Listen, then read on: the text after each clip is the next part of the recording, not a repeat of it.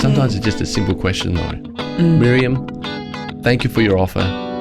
Would that be your starting offer, or have you got some room in the tank because you do have some competition? Oh, I love that. I'm like... Every agent can tell you what you want to hear. You're going to get $1 million for something that's worth $800,000. Really? How are you going to do that? Have you got a magic wand? And do you have an auction tip for people wanting to buy a house that's going to auction? What should they be doing? On auction day? Yeah. Yeah, don't bid. Oh. I'll get someone. Till later. Oh. Everyone wants to post when they're having, the gold cutlery and all that sort of stuff, showing that, hey, this is my lifestyle. You go there once a year and I do this every week, which they don't. Yeah. But I don't mind. We're at Hungry Jack's, and so many people liked it, loved it, laughed, commented, sent me texts and phone calls and stuff like that. I liked it, but it's real. You see all the time friends have tried to do real estate and then all of a sudden a year later they're not doing it anymore. Why do you think so many people can't forge a successful career in it? In 2015, I won Eastern Suburb Salesperson of the Year. Okay. And I remembered some whispers from some other agents or people that said, Alexi's starting up an office. No, they said... How do you tell them they need to renovate the kitchen when they just renovated it? Let them get spooked. Yeah. Then come in at 7:25 if it's about to hit down the hammer. Every now and then when there's dead silence and we're really focused, they'll do the scream. I'm very good as an accountant now to spot who are the fakers and who are actually legit. You're definitely not faking it. No, you are not. And if you ask... That's why you're on this podcast. Thank you. And I appreciate it. Welcome to the Sisters That Slay podcast, featuring Mim, Fez and Beef, also known as Miriam, Talitha and Ferial. We are three sisters building our mini sister empire and bringing you on the journey. We're passionate about learning and growing from those that have been there, done that, ticked the box, won the prize and have the scar. Real people, real stories. We uncover their secrets to how they are living their best lives and push through their lows. Dream the impossible and make it your reality. One life. The critics, you got a sisterhood that want to see you slay. Hello and welcome to the Sisters That Slay, live at the pod booth, and what a session we have coming up. I'm going to introduce to you Alexi Broikos. Say hello. Hello. Did I get your surname right there, Broikos? Is that right? Yeah, you got it. Awesome. Perfect. Absolutely. And also the one and only, my sister. Hey, it's your girl Ferial. Oh, we timed that perfectly. Woohoo! And we do have another sister, Talitha, but she is getting wheeled around in the hospital today. She broke her foot in a footy incident. There we football. go. AFL football, yes. And has been out for a few weeks now, so hopefully she'll return one day. Maybe. Yes, her session is the most listened to session so far, so hopefully she'll be back. Yeah. But it's all about Alexi today. Yeah. So Alexi, who are you? Give us your elevator pitch. Gosh, real estate agent, been selling for about 9 years now. Won a state award in 2012, 2015, and been top 3 in the state for the last 4 years in a row. Yes. And in the last 12 months, we opened our second real estate office in McGill Road, Beulah Park, and we've been there for 365 days approximately. Oh, wow. And we've got our 1 year birthday drinks next Friday. So for those who aren't going to Greece and can make it. I was like, where is my invite? We look forward to seeing you soon. But invites have not gone out yet. They'll probably go out in the next 2 days. Yeah, you got to get it out like the week beforehand. Yeah, Friday before for Friday drinks. Otherwise, normally our parties, people come at 7 or 5 and don't leave till like 12, 1, 2. That was us one time. Yeah, but you did there. have the premiere at your opening. I was doing some Facebook stalking and I saw that coming up. So congratulations on that. Thank you. Yeah, it was a good night. I will clarify. Alexi is, so I said this before, but I'll just say it again. Whenever I talk about Alexi to people, because a lot of people know Alexi, I'm like, Alexi is the best. Yes. I just love him. Yes. And it's not in like that type of way. It's just in a total amount of respect for how you carry yourself. You're a genuine person and you're killing it in real estate. So we'll start off with how we first met, and it's a pretty cool story. And I think it's also key as to how you grow your network. So I put on an event with Andrew Morello, actually. I can't remember what it was about, but it would have been about somehow selling the dream, living the dream, something like that. And in rocks Alexi, about 10 minutes late or something. He wanted to make an entrance. Not sure. Always push for time. Alexi, and then the beautiful Ali as well. So do you remember that first time, like that first event that we had? Or I do. You had a little packed place there on South Road. Yes. Quite a few people, which was good. Yeah. Andrew Morello was there, which, flamboyant guy, great energy. Yes. And I instantly thought, I loved your energy, by the way, also. And I thought, you know what? I like these guys. Yeah. Next time they have something on, I'm definitely coming back. Absolutely. Yeah. And I think the key thing as well is if you do meet people at events, like connect with them on social media and just keep in touch. There's no point now just getting a business card. It's find them on LinkedIn, find them on Facebook and just connect. Yes. And try to get with them more often than not. Yeah. Yes. Yeah, totally. Now we're going to do some lighthearted getting to know you questions. So what is your biggest, dirtiest business secret hack? God. Biggest, dirtiest secret. That was the hack. Do you want me to remind you? The song. The music? Yes. Okay, so sometimes real estate can be very challenging. It's very enjoyable, but obviously there's plenty of times where you're just feeling a little bit spent and, you've had back-to-backs and your brain's sort of frying and then you think, I need a recharge. Yes. So often we'll be sitting in the office that we got there on McGill Road and we've got a Sonos system and it sort of goes to your phone and all that sort of stuff. And actually I've got two now. I've got a second one. Okay, go for it. Ooh, So, we love. Every now and then when we're feeling a little bit like we want to have a bit of a pep, Yes. we play the Facebook song. Okay. Play the Facebook song Right, for us, I'll lead Alexi. into the Facebook Yes, song. please do. I got a young boy working with me in his 20s and I got another boy in his 30s, obviously. And the boy in his 20s did love to be distracted. He's got a girlfriend now, so it's not so distracted. But there was an attractive girl on Facebook and she was dancing and looked amazing. Right. But I was more excited about the song. I thought I love that song. So I said to the boys, go find that song. Yes. So about an hour later, they found the song. Yes. It was not easy. Productivity through the roof. An hour looking for a song. You may hate the song, but every now and then we crank that song so Yeah. loud and I think people 3 doors down can hear it. Let's go. Let's Okay, play Here's it. the song. Put it into the speaker. Put it up. Oh, yeah. I can get into this.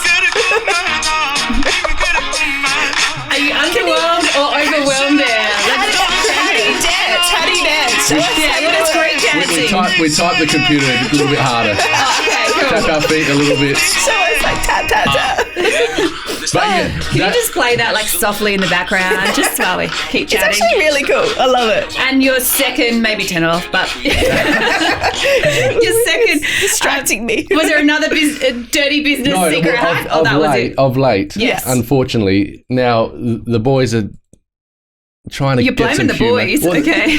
We're sitting in the office and they've got this really loud screaming voice. Yes. So Okay. through that system again, every now and then when there's dead silence and we're really focused, they'll do the scream. Okay. Oh. Cool. And the scream is like, where's that coming from? And for a moment you think someone's behind you about to stab you.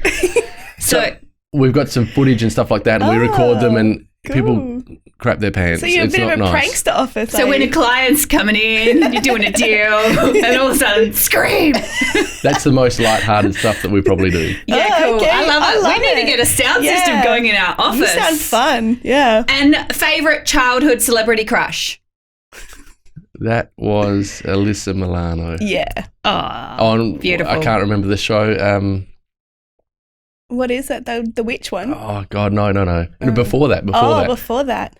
But I yeah, don't lovely girl, and attractive, nice, all that sort of stuff. Yeah, cool. And your number one travel tip? Travel tip. Yeah. Yeah, work really hard before you go. Get heaps of stuff done so that while you're away, you don't have to do too much. Make sure someone's managing it here for you. Yeah. And have a really good time while you're away. Yeah. And rest, relax, come back, energized. I remember going to Europe for about 6 weeks. Wow. It felt like I had 6 months off Wow. because you're so used to not having any break. And within, obviously, after 6 weeks, it really did feel like I had Did you half do a this year during off. your real estate career or was it prior? No, I did. Early Wow. days, about 3 years in. Yeah, okay. Could you take 6 weeks off now, do you think? I'd struggle. I take 6 days off. Yeah. But it depends on the time of year. So, like, Yeah. if it's end of December, early January, No one's buying? they're buying, but it's light enough that there's not huge amounts going on. Yeah, right. But we still sell probably 3 or 4 over that break. Okay. Oh, there you go. And favourite quote? Oh, actually, I mentioned this to someone recently. I spoke with a lot of successful people and had a boy on work experience. Yes. And we were challenging each other with quotes and all that sort of stuff. And I actually had a chat with a childcare owner, a very successful one. You should have him on your show. Oh, Yes. And he said absolutely. if it were up to him, he'd love not to have childcare because he'd love for the children to be brought up with a family and all that sort of stuff, but that's not always possible. Yeah. Yeah. Anyway, my favourite quote was Jackie Onassis said, no matter what successes you have in life, she said, if you bungle raising your kids, you have failed. Oh, And I really like that. I love Bungle that. raising kids? Bungle, as in stuff up raising your kids. Correct. Oh, yes. Yeah. Very Yeah. important. Actually, should we just quickly introduce? We've got Chelsea. Do you want to come Speaking in? of children, Just quickly say hello. Put your face on the This camera, is what Chelsea. we're doing here. Bringing Yeah. the kids in. Say hello. This is Chelsea, Miriam's daughter. And we've Gorgeous. also got Nikki. Do you want to quickly say hello? Yeah, Nikki. Hey, hey. There we go. Seeing how it works behind the scenes. She's your older child. Yeah? Yes. Just another sister. We just got sisters so everywhere. many sisters that slay. Alrighty. And daily rituals, habits for peak productivity and performance. What does your day look like? What are you doing that just keeps you going? Always start the day with a good shower. Yes. And Cold shower or hot? not a warm shower. Okay. But I do alright. sit in the shower. I sit, meditate, shut my eyes. Like Yeah. you sit It's all- down on the floor? Yeah. Oh, wow. It's almost like an extended Have you had sleep. a A little shower bit. chairs at all? There are, but I don't do it. But I sit, relax, it's sort of meditation, get Yeah. into it. Then I'm forward thinking of my day and what's coming up and how I'm going to tackle it, which I've already done probably the night before regardless. Yeah. But normally I make my first appointment 9 a.m.-ish yeah. and then just lead into the day probably till, later in the day where I'm negotiating or setting up appointments or meeting buyers or doing a show through. And then end of day is probably the last appointment, maybe 6:30, 7:30, 8:30, 9:30, whenever it leads into. But last night finished up 10 o'clock, got home, didn't have anything to eat. Luckily, Noah, my colleague, bought me a Subway at about 7 Good on p.m. you, Noah. Well That was done. good. Yeah, I was happy with that. That was my dinner last night. Oh, Boys wow. are looking after you. Yeah, that is good. It's 3 a.m. and you can't sleep. What is keeping you up at night? Normally, work. But thinking about, negotiations, how I left off the buyer on the night before or how I left the 5 buyers during the day yesterday and who I needed to get back to and which house still needed to be shown and what time I was going to open it. And Wow. So Yeah, do plenty you of like things. scribble down notes or what do you do if there's something like I do it sometimes like 2 a.m. like, oh, whoa, I need to do that. And I just like will send off myself an email. How do you keep track of? I say it a few times, knock my head on my pillow, which my mum taught me. Okay. And then hopefully by the time I wake up in the morning, I still remember it. But often I email myself stuff. Yeah. Yeah. Yeah. And once I email myself stuff, I've got the notes on there and then I've always got it saved. So I never Yeah. miss anything. Always Well wired, done. switched on. Yeah. How do you chill out? Do you Yeah. ever chill What out? about work-life balance? Do you get that at all? Yeah, work and family is pretty much a balance. Yeah. I try to eat well so I don't need to train too much. I try to do everything at a brisk pace so I'm still sort of burning energy. Yeah. But it's really just family and Yeah. work and maybe some events and stuff like that, but not at the pub 3 nights a week or something like that, like Yeah. back in the In old the days. day. Yeah, right. Okay. Back in the I was Soccer never at the days. pub, but Okay. I was, at the you do nightclub. things. Yeah, nightclub What were different. you doing? And now, what was your first job? Pizza Hut, Ooh, Pizza Hut. Tell us. 14 years old. Ooh, Now, were you ooh. Hungry Jack's? Yes. Okay, so Hungry Jack's, my first interview was at Hungry Jack's. Mm-hmm. My mum took me in there. She goes, you have to get a job. And I thought, okay, do I? Wow, I feel like I'm 10 years old, but I was 14. I love your mum. You have to get a job. Yeah, Yeah. that's good. But I wanted to save for my first house. So Oh, I wow. knew that, At 14, you're saving for your first house? at 12, I realised that Yeah. I wanted to buy a house. Wow. I love property. I could feel it already. And then 14, I thought I could work legally. Yes. So Hungry Jack's went there and they took my details and stuff like that. Said, look, we'll call you. We don't have anything at the moment. They didn't know talent when they saw it. They didn't at that stage. But they did call me later to say I had a job, but I'd already been employed at Pizza Hut. Oh, okay. And I love Pizza Hut. I felt like it taught me a lot. And it was a Pizza Hut restaurant, not a delivery one. So you'd serve people, you'd do drinks and, you know, take the meals and all that sort of stuff. It was a dining. So I loved it. I thought it was really cool. And what did you learn from your Pizza Hut days? Like, what is this Pizza Hut? You learned, as you would know working at Hungry Jack's, learn to do things efficiently, quickly. Yeah. You couldn't do things over and over again. You had to like get it done once and it's done and then move on to the next task or repeat that task 100 times throughout the night. So it taught you to be really sharp. Yeah. And you often mention your Pizza Hut days still to your staff and go, let's do Pizza Hut style. Exactly that. And just pump out some work. So years ago, the boys are like, well, what's Pizza Hut style? And I said, Pizza Hut style is like, we got to work really quick because we've got about half an hour to do 3 hours worth of work. And that means do things 10 times faster. Yeah. I love that. Because back in the Pizza Hut days, you spent $5 and you could get unlimited pizza, pasta, and there's lineups everywhere. Salad, and dessert. You guys had to work hard. We did. We had lineups literally 50 metres long. Where was this? What Anzac Highway. Anzac Highway. Yeah. So Anzac back in Highway, the good old days. A dessert bar, ice cream. Oh, the works. yes. So how much were the lineups? Like, did you have a few people there or? 50 metres long, like literally from literally waiting to be seated, and we sat about 100 people in the place at least. It was a big dining restaurant. Yeah. And the lineup would go literally down the corridor, out the door, and around the corner. Wow. And it was insane. And you're like, my God. I love how like a bunch of 14-year-olds are just running into it. So good. So, yeah, I mean, that's amazing. But shout out to all the fast food workers that started their journey. Yeah. Put a comment down about where you started working as your first one. Shout out to anyone from Pizza Hut. Let us know if you were there. Maybe did you work with Alexi? Yeah. We'd love to know what he was like back then. So obviously you've moved on from the Pizza Hut days. How did you fall into a real estate career? I bought my first, 12. My dad was a builder. My mum was very much, you could do anything. So we used to do open inspections. We'd look at places. We were building a house. At 12 years old? Yeah, she'd take me. And I Wow. reluctantly went at that stage, but I caught the bug. Yeah. After a short period of time, I love the architecture. I love the stonework. I love all the high ceilings, pressed metal, all that sort of stuff with a lot of the character homes. Yeah. So I thought, you know what? I really want to start preparing to buy a house in the future. Yeah. So I did. 14, I started saving. 15, I bought a arcade machine, put it in the shop. So I had that little bit of entrepreneurial, wanted to do something. Side earning- hustle, arcade machine, collecting your dollars. I've got 2 pinballs at home and a stand-up, like some old games. Okay. What? So I did a little bit of that, but then started saving money at 14. 17, I got a corporate job at Telstra, was there for about 15 and a half years. But at 21, I bought my first house. 23, I bought second. 25, I bought my third, and I bought probably 20 or 30 more since. Wow. Don't hold them all. I sell them and or hold them for a little bit or turn them over or whatever. And did you climb renovate up. some of them as well? Or? Plenty. Okay, cool.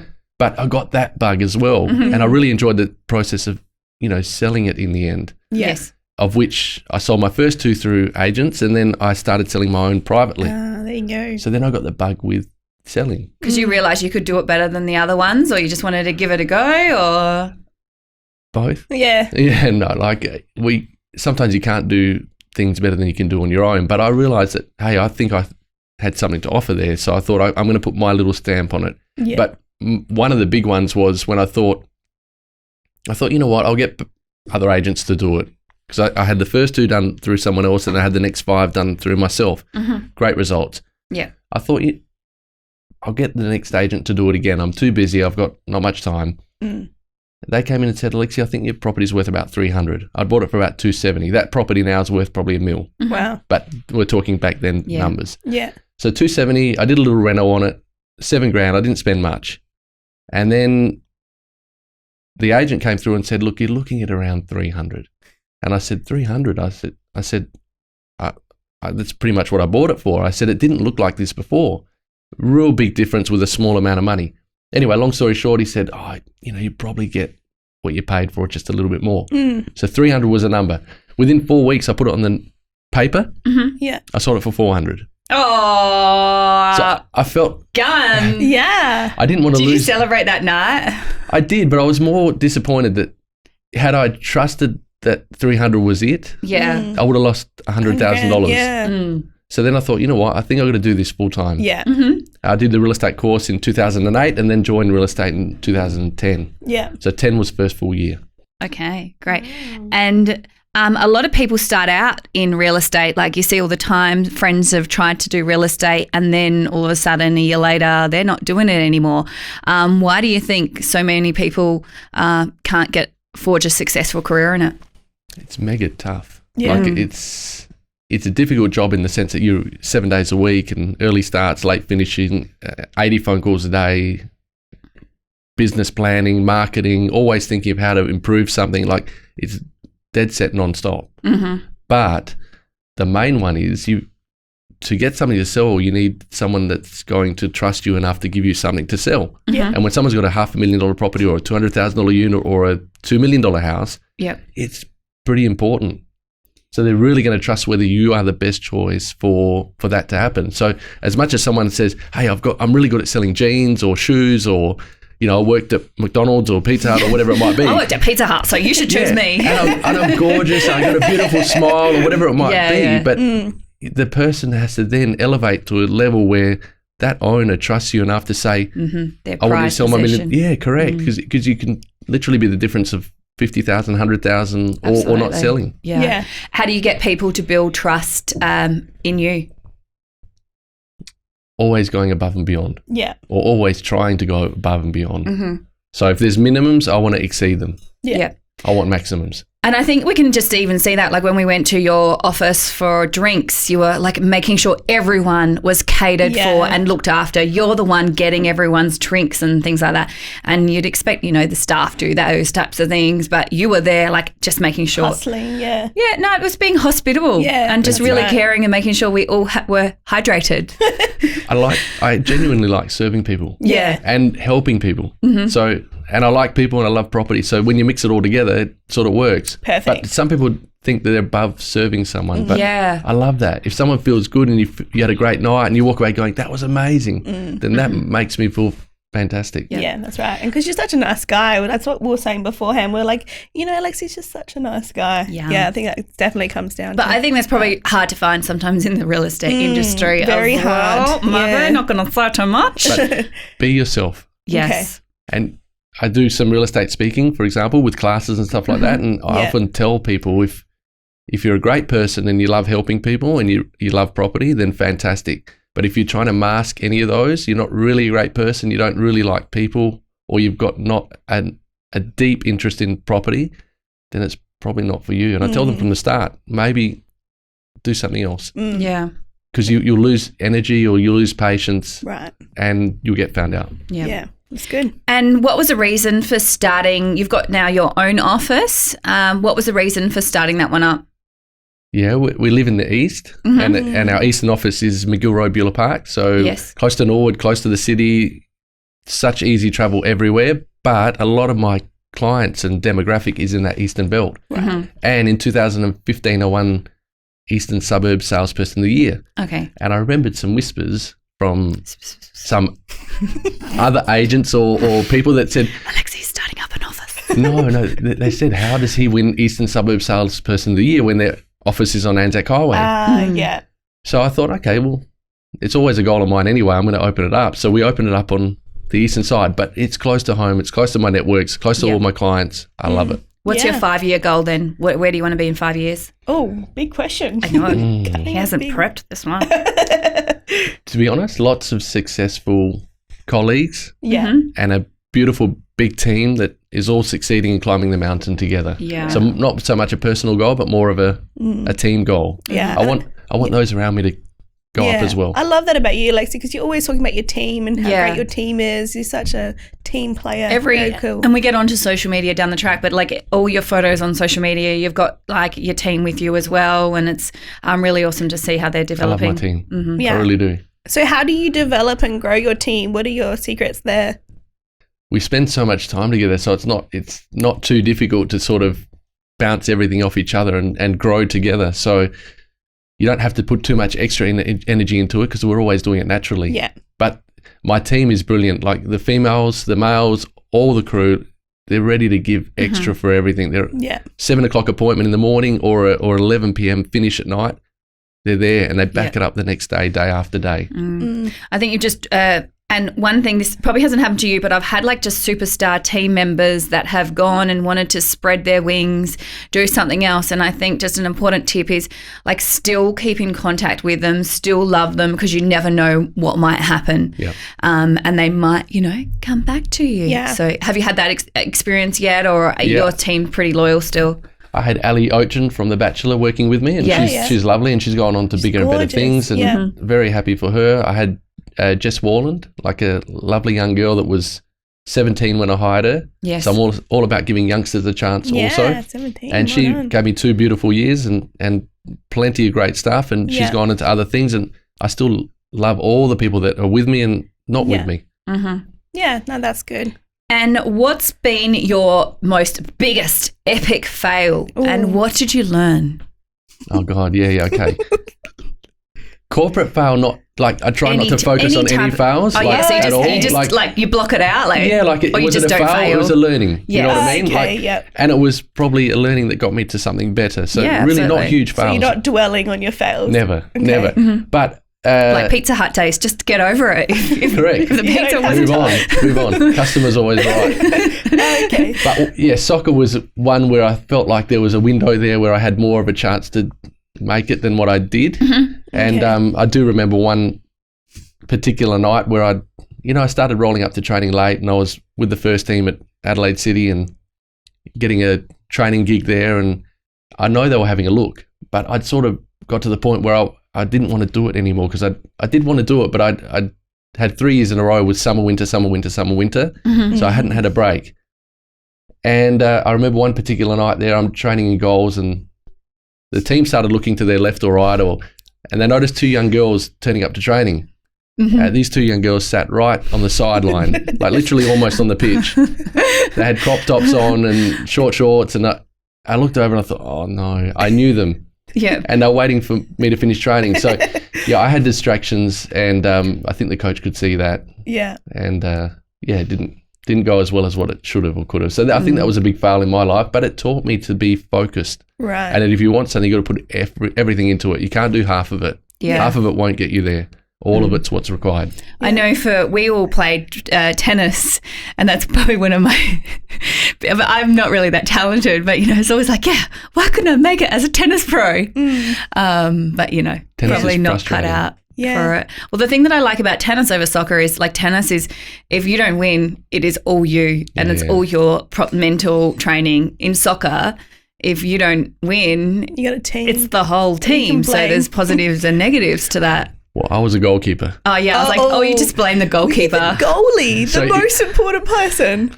So we could blame you. If you were distracted, you let the whole team down. Correct. If I wasn't on, anyone on the pitch could make a mistake and they've got someone to back them up. Yeah. If I make a mistake, it's a goal. So I had to learn pretty quickly that, hey, that ball goes in the net. Yeah. Don't dwell on it. Focus and push forward. Otherwise, I'm going to let in 5 more. Yeah. So, I think goalkeeper is probably like one of the toughest ones. And also when you're doing the penalties and you miss the penalty, then, But you're never expected to save the penalty, really. So actually, I like penalties. Yeah. And in more than one game, I saved 2 penalties in one game. Wow. You're the penalty king. Well done. That's good. Watch those girls, though.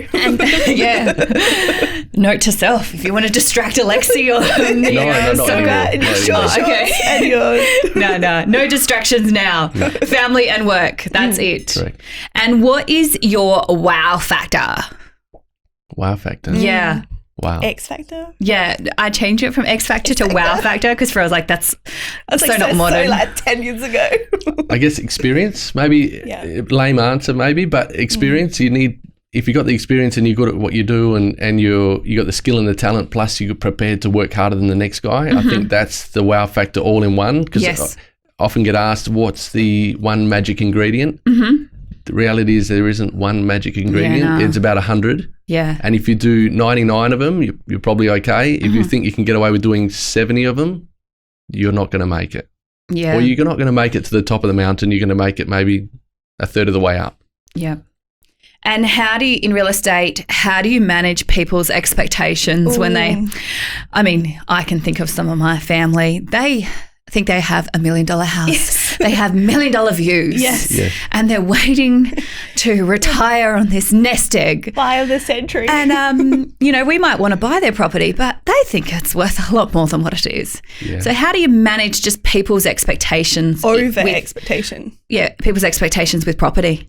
Well, one thing I said about 3 years in, I said I'm still to this day haven't met an owner that maybe didn't want more than their home was worth. Okay, so it's everyone. It's everyone. It's not just your mum and dad or your uncle and auntie, but whether they're European, Greek, Italian, Australian, Hungarian, whatever nationality, Chinese. Yes. Yeah.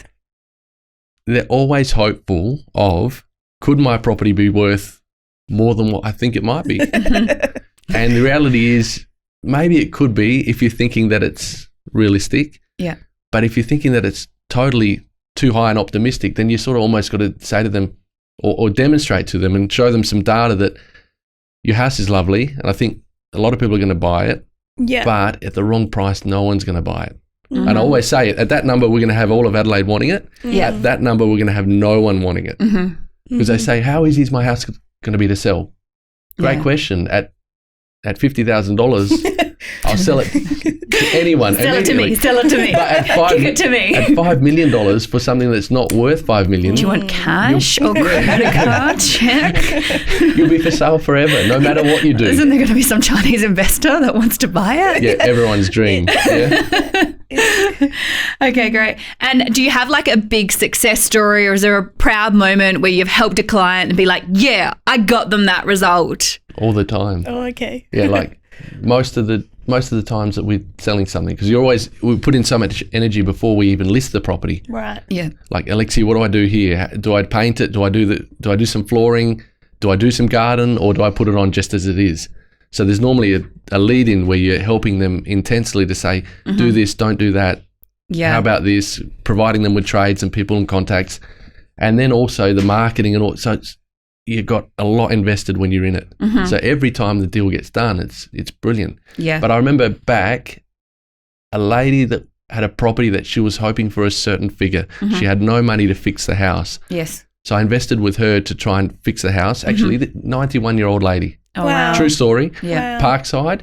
She needed $400,000 to move into her nursing home. Yeah. And her property was worth, in the presentation that I saw, about $350,000. It was only a little townhouse. Yeah. I invested $11,000 of my money to help her renovate it, Wow. with an agreement that she'd give me the money back at time of sale. Otherwise, she couldn't get that 400 bracket to move out. Yeah. So anyway, got that done, got referred to her via a lawyer. The lawyer trusted me. The lawyer put me in front of her. And then I said, the only way I'm going to get that is if we do some work. So we did the work, $11,000 worth, and we sold it for $417,000. Wow. So paid for my expenses, plus she got $400,000 net, or above $400,000 net. Yeah. And really, she needed a $400,000 sale price, and then the net, the commission taken out. So she was actually positive, way positive. Wow. I like amazing. that outside the box thinking, just to make sure you're getting results for your clients. That was a memorable one. Yeah. And so Ferial and myself have a keen interest in property. We're always looking at the market. We also bought our first houses when we were very young too. Because, I'm a property expert here. And one of the things I like to do is just watch how real estate agents interact with me. Yeah. And when we're putting in offers, like when I bought one of my most recent houses, like they didn't even try and haggle me up at all. So it was kind of like we put in an offer and then it was like, oh yeah, such and such got it. So we missed that house. So we put in an offer again and we're like, yeah, you got the house. And we're like, wow, if the vendor realised, because the whole game is, you put in a lower offer and then you can go a little higher. Yeah. But some real estate agents are like, yeah, let's get a sale. Let's make this happen. I don't really care. I get my commission. So what should people be looking for when they're choosing a real estate agent? Great question. Normally, someone that you feel is going to fight the fight for them. Yeah. But in a way that hopefully the person you're putting in front of the buyer is likable enough that buyer is going to engage with them and trust them and work with them and be happy to obviously sign up and do a contract and buy the property. So I think you need someone that you feel is going to represent you in the way you need to be represented. That's the main thing. Yes, they need results potentially, but you need to make sure that they're the person that you want and that you can feel that they're the right person. Yeah, because every agent can tell you what you want to hear. You're going to get $1 million for something that's worth $800,000. Really? How are you going to do that? Have you got a magic wand? So anyone can tell you a high price. Yeah. Anyone could offer you a low fee. But reality is you need the right person helping you to get the right result. Yeah, just because the fee's lower, but it might end up costing you $50,000 more because they didn't try like their hardest with the sale type of thing. Correct. So is that a warning sign when someone has low fees? What are some other warning signs? When they don't answer their phone or call you back or return an inquiry, for example, they're big warning signs. Yeah. I always feel like if I was to choose a real estate agent, I would do undercover buying myself and go along to one of their other listings, walk around, because sometimes you go into an inspection and they're trying to kick you out. Like if it's like 1 minute past the deadline, they're like, sorry, like this is now closed. And I can understand fair enough they might have to go to the next one, but look like a serious buyer. So, I'm getting like kicked out. I'm like, if the vendor knew what was going on here, they might. But that's an indication of service levels, for example. Yeah. And those 100 things that I said that you need to be doing really well, all of the 100 of them, one of them is allowing enough time between your opens. Yes. Which can extend your day. How much do you allow?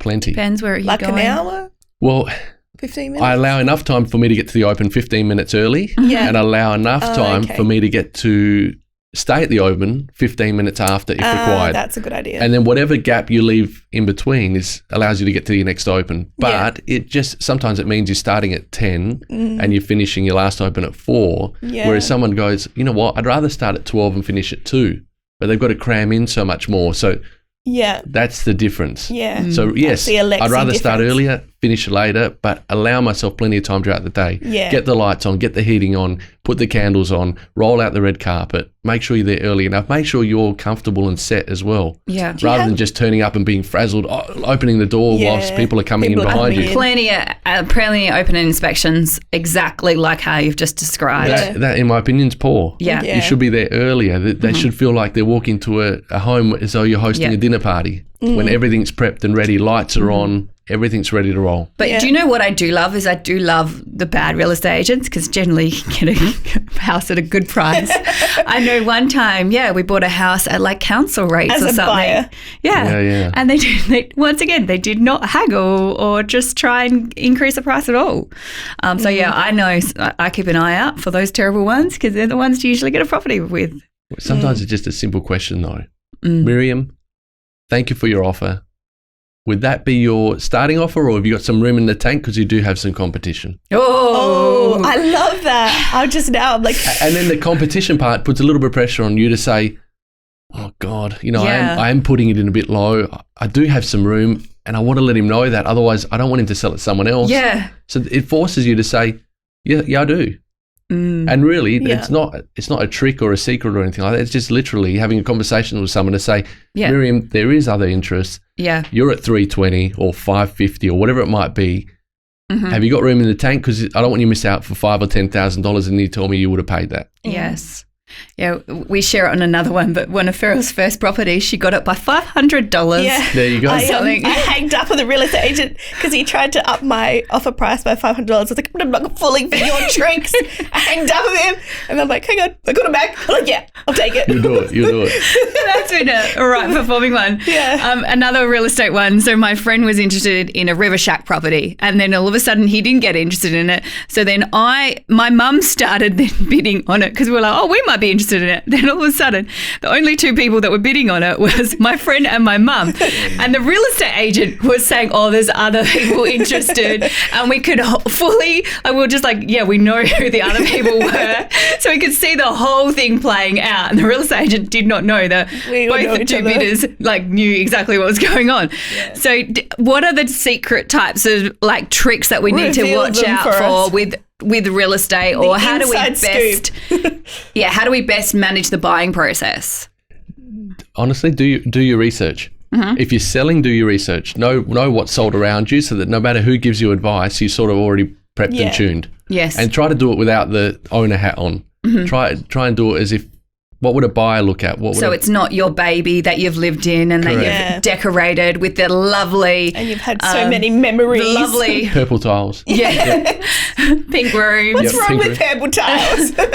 With a bit of purple here. Yeah, that would look great in your house. How do you have that? So do your research. Do your research, and as a buyer, do the same. Yes. So if you're looking for a particular type of property, know the market. Yeah. Do plenty of research before you're buying. Get on RP data. What do we do? Realestate.com. Realestate.com. Look Okay. at all the opens. Yeah. Find out in the sold properties. See what it was advertised for. What it actually sold for. Maybe how long it was on the market. Then you can see what the variances were. Quick question. How often are you on realestate.com.au? Like every day? Hours? Fairly often, but Yeah. most often it's our own property. So you're sort Right. of immersed in your own stuff. You're really doing your research at particular points in time. Yeah. But we're always on. Do you have like alerts set up? Like that send you I emails? don't. I know No. plenty of people do, but I don't. No. I just We still have alerts focus. going. Yeah. Forever for anything. Now, how do you tell an owner and have that difficult conversation that their kitchen renovation is not They need to do appealing? it. How do you tell them they need to renovate their kitchen when they just renovated it?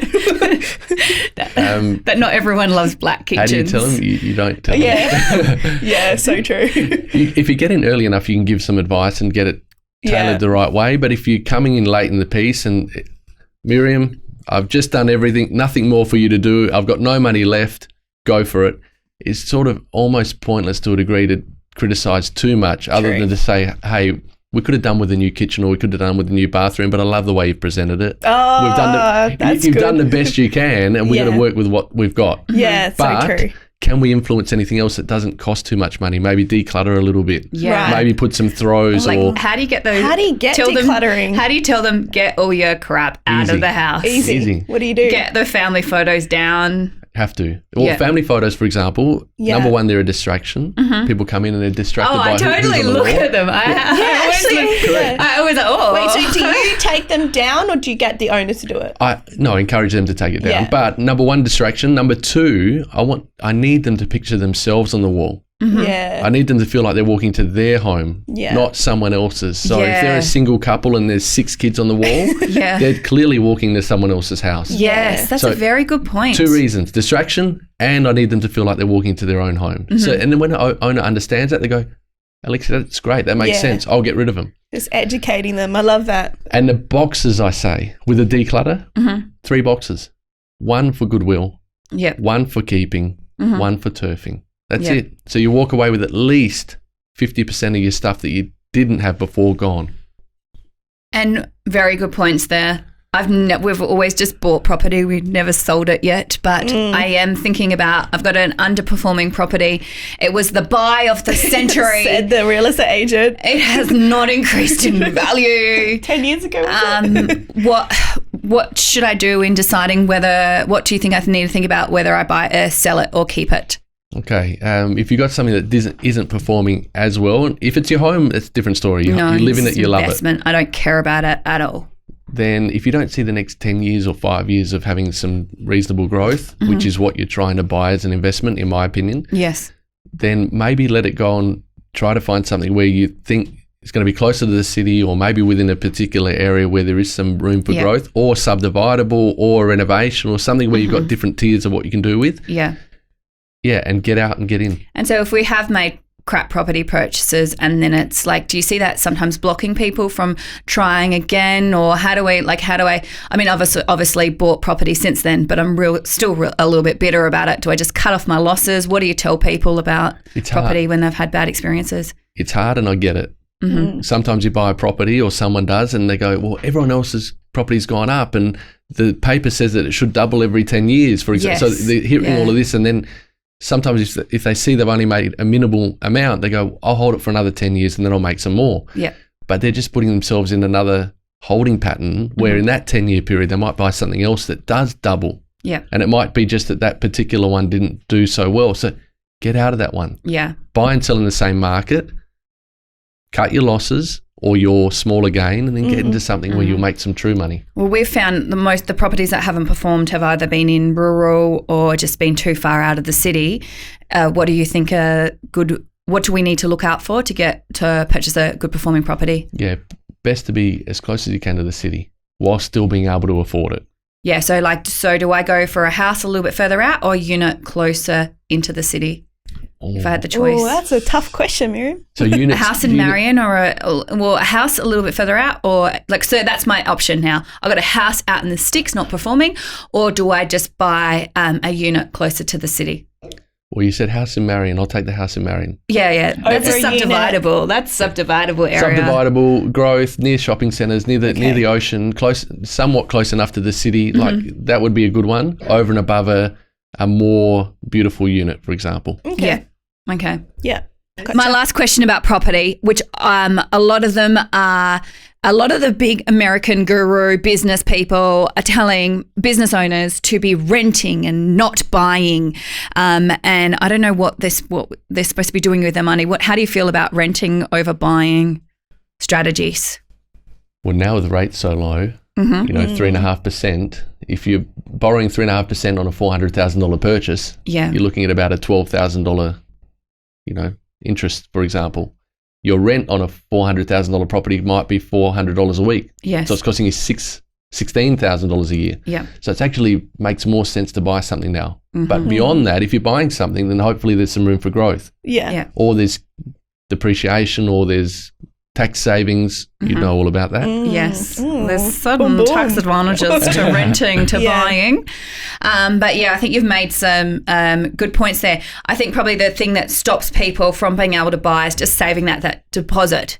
But that we've helped so many clients, you just got to have a few years of knuckling down, Correct. living in with your parents, living in with some friends, not going out, not boozing every You weekend. can go out, just not spending money. Yeah. Sorry. Not doing Well, the as online much. shopping, not going on the overseas holidays. Delete your online shopping app today. It takes about 1 or 2 years, and almost all my clients that have done this have got themselves into the property market. Yeah. Yeah, So brilliant. what are your tips for a first home buyer? Much like Miriam's, early days, you've got to save your money. Yeah. How do you save your money in Alexi language? Well, my saying used to be, and still is, Yeah. it doesn't matter what you earn, matters what you do with what you earn. True. So you could earn $500,000 a year. If you blow it all, then you always have nothing. But you could be on $50,000 a year if you're a really good saver, or if you're living at home, for example, and you're trying to get into your first home, live at home. Get some support from your parents if you have it. Yes. And then save as much money as you can. And maybe be conscious about what you're spending your money on. Yeah. So I remember in one 12-month period, my earnings went up as a teenager. I went from $13,000 a year as a 17-year-old, and then turned 18 and went to 24. And I was Just like, at Pizza wow. Hut somewhere else. No, that's at Telstra Days, corporate. Yeah. And I thought, wow, jackpot. Anyway, in that year, I really spent all my money. And I thought, what did I spend it on? I got my tax return. And I thought, where did that go? And when I realised that I couldn't really add it up as well as I thought, I counted for some of it, and there was a massive chunk I couldn't. I thought, wow, I've got to be more conscious of what I'm spending money on. Yeah. Now I can be a bit more relaxed because I've done the hard yards. And I can be very generous and do what I do. But back then, when I needed to get into the market, you've got to be conscious of what you're doing. Yeah, that's right. And is there a book that you think everybody should read? Oh, God. Facebook. Yeah. Yeah, your program on Facebook. There you go. Just follow you guys. That's it. There's a recipe. Well, Is there a book that you read and like, this has changed my life? Nah. No, I'm a movie guy. What movie? Okay, what movie has Heaps. changed your life? Shawshank Like, I Redemption. love inspirational movies, Okay. like Forrest Gump or something like that, or where he's got challenges. Is that it? Yes. Correct. That changed your life? Because you wanted to run? Or? No. Jerry Maguire. Oh, yeah. Show me the money. Yeah. Which was not right. Show me the money doesn't work. Show me how much you care Yes. and how you help me will Yes. work, but show me the money won't. No. Yeah. But that movie alone gave you so much insight to how you should or shouldn't behave. Yeah. So when you say books, I get it all in a 2-hour movie. Yeah. Love it. We've had quite a few people that love inspirational movies. Movies, yeah. And has there been a greatest fear that you've had to overcome, or along your career, what sort of fear have you had to sort of get over? Originally, to be honest, was getting into real estate was a fear that if you were good at what you did, I knew that you'd have a lot of your time and energy taken away. Mm-hmm. So I knew that if I worked how I wanted to work and service levels were high and all that sort of stuff, I knew that my time would be taken away, and it has. Yeah. So that was a real fear for me, but it was also a passion for me to do it. So I'm happy that I'm doing it. And we sell 1 or 2 houses a week now, which I'm very happy with, but it just means we're getting more wins and more results for clients, which makes us fully satisfied. Yeah. And what is your secret to selling? Because every day on Facebook, you're selling another property. I know. Sold. How did you learn to do sales, and how did you learn sales?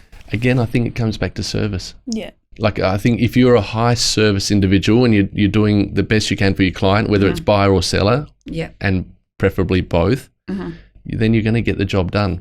But you've got to do it in a way that's real. So Pizza Hut, I refer back again, but I worked at restaurants after that, and I worked at another, family pizza bar, for example.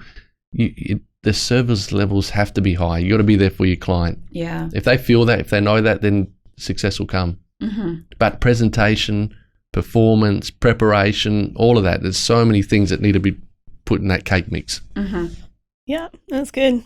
And do you have a secret to closing? What is your secret to closing the deal? How do you get them over the line? What's Alexi's little trick or word sentence? Not trick. Skill. Yes. Really, it's more about helping again. Yeah. If a buyer really wants something, I let them know I'm here to help you get it. Yeah. But I need you to get to a level where obviously the owner's accepting where you're at. Mm-hmm. And if they understand it and appreciate it, that you're not just pushing them for the sake of pushing them, but you've got an owner and a buyer, and really both parties need to gel together. Yeah. Once they realise that, okay, he is helping me, or I do need to put that extra bit in because it is worth it. So you just got to educate a little bit, help them, and then get the transaction happening, and the buyer's happy and the owner's happy. Mm-hmm. Love that. Mm. And you do it in such a genuine way. Yeah. There was nothing really too confronting about that. There's no trick. No, there isn't. If a buyer wants it, we're here to help them get it. Yeah. If a seller wants to sell, we're here to help them sell. Mm-hmm. So where's the trick? The trick's not there. The trick's there if you're trying to do something that's a little bit shady or unethical, but for example, but I don't think you need that. I think you can be clear and open and transparent and get it all flowing. What are some unethical things, or what are real estate agents not allowed to do, just so that we're aware? They're not allowed to list their prices lower than what they are. Is that right? Or okay, there you go. Yes, yeah. If you've definitely you can only advertise a range within 10%. For example, like 500 to 550. Yeah. You can't do 500 to $1 million because someone goes, well, where is it, 500 or $1 million? Yeah. So it's the 10% range. That's one thing. If your owner says to you, I won't accept less than 700,000, you can't then tell people at the open inspection, put in an offer at 550. Yeah. Yeah. Or I think they might accept 600. Mm-hmm. They really want 7, but I think 6 might get it done. That's definitely not the behaviour you should do, because your owner's clearly said 700. So you've got to follow the owner's instructions, whether you believe in it or not. You can say, Miriam, the asking price is 700,000. We are presenting all offers, put something through. But you can't lead them to a lower number than what's on the agency agreement because you're not doing what your owner wants. Yeah. And another thing, I do a lot of work in eastern states, and auctions are just part of the game there. They're not as big here. You run auctions. Do you run auctions, or what happens with your sales? We've run some successful auctions, but you've got to choose your property that you're going to auction. And in a tough market, your auction might be not your number one choice because you may have less a buyer pool, for example. And then the financing's tougher, so you need someone to bid with confidence. If they don't have the confidence, then you're going to have a dud auction. Does there need to be a minimum deposit for auctions, or? Normally you try to just have it be as much as it can. They used to spruik 10%, but no one comes with or very rare does someone come with 10%. Yeah. But if it's a solid amount, It's very rare do they just pull out the 10% cash out of Correct. their pocket. I wonder why. but yeah, $20,000 on a $500,000 purchase might be okay. Yeah. $50,000 on a $1 million purchase would definitely be okay. So that more towards 5%. Yes. Okay. But you want to cater for everyone. And do you have an auction tip for people wanting to buy a house that's going to auction? What should they be doing? On auction day, Yeah. yeah, don't bid Oh. I'll get someone. till later. Oh. See how it plays out in front of okay. you. Well, Okay. So just hold, watch. just hold. So just like don't be the first person to bid. I think I always hold to the end. Hopefully the bidding. $1 million. Hopefully the bidding starts, for Yeah. example. But if Yeah. it starts, let it play out. Okay. See where it plays out, yeah. Okay. and maybe don't put fuel on fire. Just wait. And once it Yeah, starts so true. holding, let them get a bit of fear of, oh, it's stopping. Does that mean I'm overpaying? Let them have that fear. Yeah. Yeah. Then if your budget is still 800 and the property's stalling at 720, Mm-hmm. let them get spooked. Yeah. Then Yeah. come in at 725 if it's about to hit down the hammer. Ah. So I feel like let the hard work happen, let them challenge each other, and then sort of come in the end and try and take it. Oh, that is a Just like they excellent do on the tip. block Yeah. in their auctions. I don't really watch it anymore. Is that what happens? Not sure there. None of us watch it. The Do you block. watch TV, Alexi? I don't have much time Yeah, for TV, but I know. I did watch The Block years ago, Yeah. Yeah. Back in the first season. Yeah. but don't watch it anymore. And social media. You are one of the most consistent professionally posting people besides myself on Facebook. Where did you learn where did you learn to do this, and do you have any strategies behind it? I wasn't even on Facebook, and one of our admin team put me on Facebook years ago. She said, Alexi, you need to be on Facebook. I said, what is it? And I said, I don't really have time for that. I've got so many things to do. But I think once I realised that, hey, it's a free website, it's a free branding, it's a free, someone can research you without you even chatting with them Yeah. or knowing. I think Yeah. it's brilliant. Yeah. And so we post my solds, I post new properties, Yeah. we post anything positive really. Yeah. I try not to oversaturate it, Yeah. but yeah, we when we're selling, we put it out there that we've done it. Are you posting once a day, or what do you do on yours? No, maybe 3 times a week. Yeah. And I loved Okay. it. One of yours, you're really authentic. Like one time you're all in suits and you're posting you're having a Hungry Jack's business lunch did. meeting. Yeah. Like, yeah, that's the type of stuff. Yeah. Like, what was it? Like your classy dining or something like that? I don't know. Yeah, burgers and brainstorming, I think it was. For real, yeah. Because we had a property around the corner, and this was in Modbury Way. Yeah. Yeah. And we were hungry, and we'd set aside some time that we had to do this business meeting. And rather than go, I love the Mayfair, for example, and Yeah. like some nice restaurants, but I don't care where we eat. If the food's okay, I don't want junk food too often. But we Yeah. were close to Hungry Jack's. I thought, let's just go there, Yeah. spread out. No one's there. We've got time on our own. Yeah. And I said, let's do a post. Yeah. Everyone wants to post when they're having, the gold cutlery and all fancy that sort one, of stuff, yeah, showing yeah. that, hey, this is my lifestyle. You go there once a year, and I do this every week, which they don't. Yeah. But I don't mind. We're at Hungry Jack's, and so many people liked it, loved it, laughed, commented, Yeah. sent me texts and phone calls Yeah. and stuff like that. I thought I liked it, but it's real. Do you have people pretending to live a life that they don't actually live or anything like that? Do you see that a lot in real estate? On social media? Yeah, or just like flashy everything, but behind the scenes, it's all a bit of BS. Do you see that a bit in your industry, or? Yes. Yeah. Can I tell you how and why? Yes. So Every real estate agent always rocks up with the most fanciest car. yeah, so you only need a few things to look like you're making it in Yeah. real estate, right? But the number one factor is that it's a 20-day course.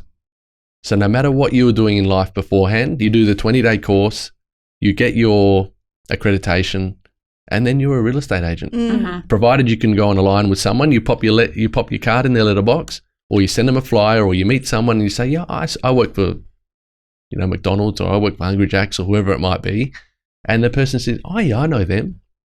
So then you've got an agent there that maybe doesn't know anything about real estate. I think it's important to know what they did beforehand, first and foremost. Have they ever invested in it? Have they bought something before? Yeah. Are they entrenched in it? But they put on a suit. They buy a car or lease a car that looks like it's professional enough, Yeah. and all the boxes could be ticked. They take some photos in front of a beautiful house that maybe isn't theirs, and someone goes, wow, they're successful. Yeah. or they stand in front of a couple of sold stickers over a 6-month period. Wow, that person's doing okay. They may not be, but they can easily make it look like they are. Easily. Yeah. Yeah. So how do you uncover? How do we uncover who's legit? Have a look at their sales listings, like actually see, you can see how many sales real estate agents are doing. Jump on realestate.com. You can see what properties they got listed, what properties they've sold. There is a bank of them. But again, I always say I don't mind how many someone sells. If they sell 200 or they sell 20, I don't care how many they sell, how well are they doing it? Yes, that's very true. Because you could sell 5 houses a year. If you're the best person for the job, then I say go for it. Yeah. But if you're selling 200 and you're sort of like a burger joint, just flipping just like out the Pizza Hut burgers style. Not so great. And I think you've raised a really good point about are they living and breathing what they're doing as well? Because a lot of financial advisors, I just heard this point one time, is choose a financial advisor that's actually got wealthy from implementing their financial advice, or rather than just because they're good at sales. And I think, and that's why I have wanted to also do this podcast and also just present real people doing real, like achieving real things rather than just people pretending to be things that they're potentially not. And I'm very good as an accountant now to spot who are the fakers and who are actually legit. Yeah, definitely not faking it. No, you are not. And if you ask, that's why you're on this podcast. Thank you, and I appreciate it. I'm enjoying it a lot. But if you ask me what to do, I'll share what to do, and I can share it from personal experience, plus also client experience. Yes. So that all entwined. Yeah. There's nothing really much left. And what is your tip or hashtag life hack to living an extraordinary life? Oh, big one. Appreciate everything you do. Be passionate about what you do. Enjoy what you do. Love what you do. And then if you're doing all of that and doing it to the best of your ability, I think you'll tick a lot of boxes. And another quote I had once years ago that made sense to me was, don't always be in a race to win, but always do your best. Because sometimes those winning aren't always doing their best. Yeah. So no matter where you finish, just always give it your best. Always try and improve. Always try and refine yourself. Yes. Oh, Alexi's business, real estate agency, is refined real estate. I like and that. it doesn't mean there. Always try to refine yourself. That is going on as part of our title. Good. Doesn't mean refined as in we're superior or A little bit. or You guys are a little bit superior. or nose in the air or anything like that. It means refining, always improving, always trying to better ourselves, always trying to better our product and our client experience. Yeah. I love that. And also, if you're having a charity auction, you need to get Alexi there. Absolutely. He loves to bid. No, you love supporting, and part of your social media is you're supporting a whole lot of sporting clubs. I do. And also, you're obviously a fan and supporter of Puddle Jumpers, which was the charity auction that we had at our podcast launch. Why do you do these things? Why do you give back to the community?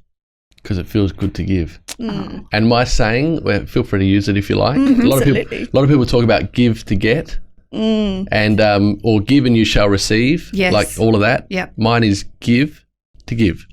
I love that. So give it not expecting anything in return, but be happy to give it. Yep. And when you're giving it to someone that needs it more than you do, it feels amazing. And when they get rewarded from what you've given them, I love it. It's fills your heart. Yeah, got the golden nuggets there. That was great. This is a really tough one, but I'm all about just my children and thinking about this for what I'm creating for the future. What legacy are you creating? Big one, Vera. Always trying to be a role model for those around me that need some guidance or some support or just someone to look at and say, you know what, I like the way he does it. Yeah. Or I like the way they do it. You know, it's real, it's authentic, and again, me, more often than not, my mind's pretty good and my head's great, but I'm always from the heart. So can I use this, the head and the heart, and combine? I think that's going to get you to where you need to get to. But those around you can feel it. Otherwise, if you're literally just delivering a message and they can hear it, but they don't feel it, they won't do it. Yeah. But if they can feel it and they go, you know what, what he says, he demonstrates. What he demonstrates, I'm learning from. So those around me, my kids, my family, my legacy is my children. Mm-hmm. I want them to be, superstars. And How many kids do you have?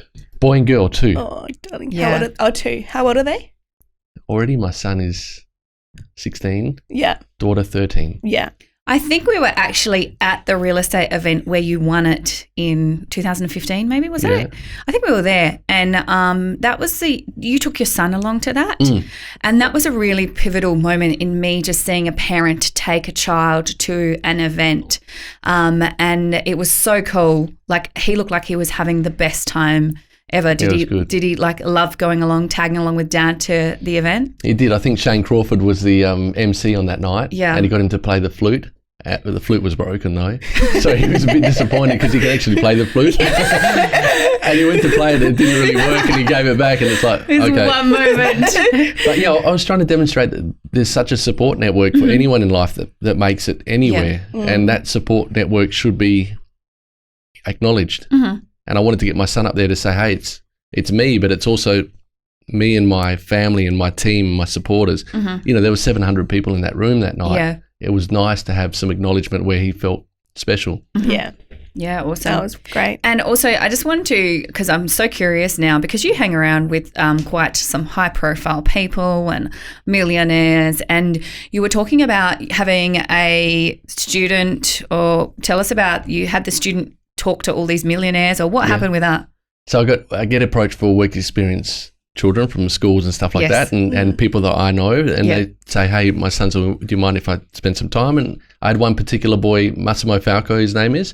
He plays Shout out to Massimo. He plays soccer for Adelaide City. He's 16 and he's already in Wow. the first team squad. Awesome. So he's doing well, and I feel like I can give him a few learnings from my soccer days. Yes, But- not look at the girls on the No, side. I told him focus, don't be distracted. I've already had that chat with him. Oh, good. And I think he is focused. Yeah. He's at early stages, so it's very easy to be focused early stages. A few years in, you might Yeah. get somewhat more distracted. But when the money comes along. The girls come along. no, just the challenges that come along and the Yeah. constant grind that comes along. Oh, yeah. It's easy to make it in anything if it's easy, but it's not easy. No. And that's where it gets challenging. At the start, it's like, yeah, I can do this. The marathon's easy. Yeah. 2Ks into your 40K marathon, maybe it's not as easy, or 10Ks in, or Yeah. 15Ks in, whatever it might be.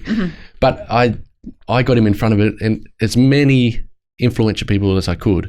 I saw some beautiful houses. I met some of my clients that are builders, developers, Yeah. investors, and some of them are worth 20, 30, 50 million. So I said to each and every one of them, can you give Massimo some guidance on what it takes to be successful? Yeah. And pretty much they all repeat the same thing. Okay. What do they say? What did they say? One of the top 3 responses, like first, second, or third, hard work.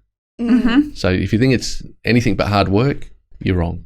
Passionate, love what you do. I had a new one though this time, because I've got a few that have done it with me before, and 2 people on this occasion said honesty. So that was new. I hadn't heard that one before, but Oh wow! Everyone's now being honest. yeah. So they feel you've got to be honest. So, yeah. But I think more be yourself. Like, love what you do, and they're all giving the same stuff: hard work, dedication, perseverance, persistence. Yeah. All the stuff required to make it. And yeah, it's good. It was even good for me to hear again, because you're hearing it again and you're going, yeah, I'm doing that. Yes, I need to do more of that. Yeah. It's nice. And any final words before we wrap this podcast session up? Final word, thank you very much for having me. no, Thank And you, Alexi. you guys are amazing. I've seen this work that you do before, Yeah. and it looks incredible. It looks like it's $1 million outfit. I'm so Who impressed. looks? We are. You are. You're a $10 million. You're a $100 million outfit. Billion. No, thank you've you been so awesome. much. Follow Alexi on Facebook. Yeah, and soon to be Instagram. Yes. Great. Thank you. And if you need to sell a house, Yeah. Alexi's your man. Have a chat to him. He can go global selling property, but he does specialise in Adelaide. I do. Yeah, South Australia. Keep up the great work, girls. You're Okay, amazing. thank you so much. Thanks, See you later. everyone. Bye. See you later. Thanks for listening to our podcast. We are getting awesome feedback from our viewers and listeners, and we want to hear from you. What was your key takeaway, your lessons learned, something you can relate to, or your aha moment, and share it on our Facebook and Instagram. You can also visit our sistersthatslay.com.au website to see what we've been up to. This podcast has been brought to you by Miriam's business, Fab Tax Accountants. We make your life easier, keep your books clean, and accounting and tax can even be fun so you can love your numbers.